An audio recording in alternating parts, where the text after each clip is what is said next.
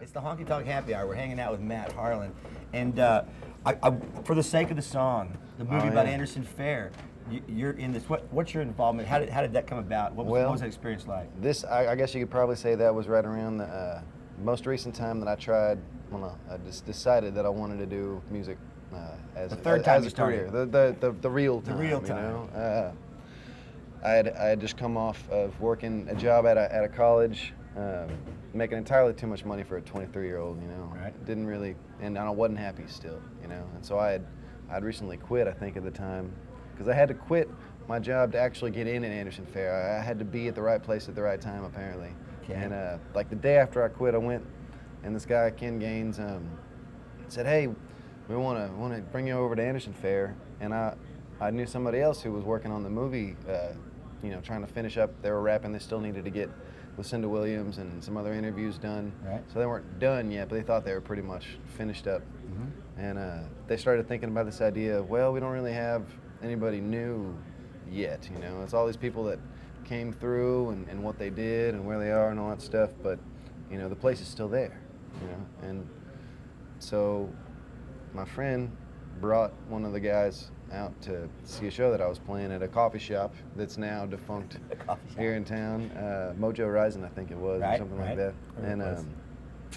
And he said, well, okay, we'll bring the cameras back in. We need to get this kind of other part to the story. And so it was the first time I'd ever played at Anderson Fair. And then, did they play off that in the movie? Like, yeah. Like you know, all the legendary people, and here's this guy's first time to play. Right, they did, you know, because a lot of the folks that were, and one of the reasons that my friend mentioned, you know, kind of like this is something you don't have, is that everybody who was there talked about their first times there and how nervous they were, or you know, all those sort of things. And then Nancy Griffith gets to this point where she's like, you know, I like to picture somebody getting on there for the first time, you know, and it was just part of her interview, you know, and they went to then they cut to me like all deer in the headlights, you know, kind of not even knowing what I was doing. That's very cool. Matt Harlan on the Honky Tonk Happy Hour. Real quick, I saw a thing in there where your debut CD, it was #1 on the Euro Americana charts, and like only people do like John Hyatt did that, and who else? Nancy Griffith was I'm sorry, Patty Griffin. The time before I was, and it was random, man. Just a random thing. How did you find that out? Well, where were you?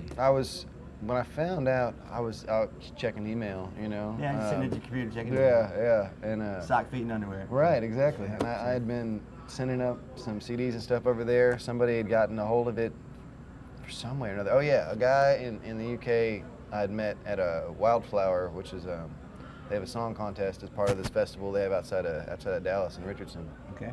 And I won this year, and so the guy from Maverick Magazine UK, who happens to cover it, was out there and wanted to write a review about it, and he did that. And then I started getting people asking me for CDs and stuff, and I sent like 20 of them over there to some DJs, and I figured that was probably it, you know, $100 well spent on some promotion to someplace I'd never ever go. Sure. And then this guy started sending me emails, you know, hey, we're playing you on this station, we're playing you over here, and oh yeah, by the way, we have this chart thing, and your CD is #1. I was, how the hell did that happen? Now, how long ago was this happened? That was in that was March, I guess. In March. This is all just rolling really well for you right now. Yeah, it's been. And I know you're going to Europe in the fall, yeah. right? Mm-hmm. Where are you traveling to? The Netherlands, I saw? Going to the Netherlands and to Denmark. I'm still trying to see about tacking on maybe a couple of UK dates, and into Brussels a little bit, sort of Belgium area, I guess.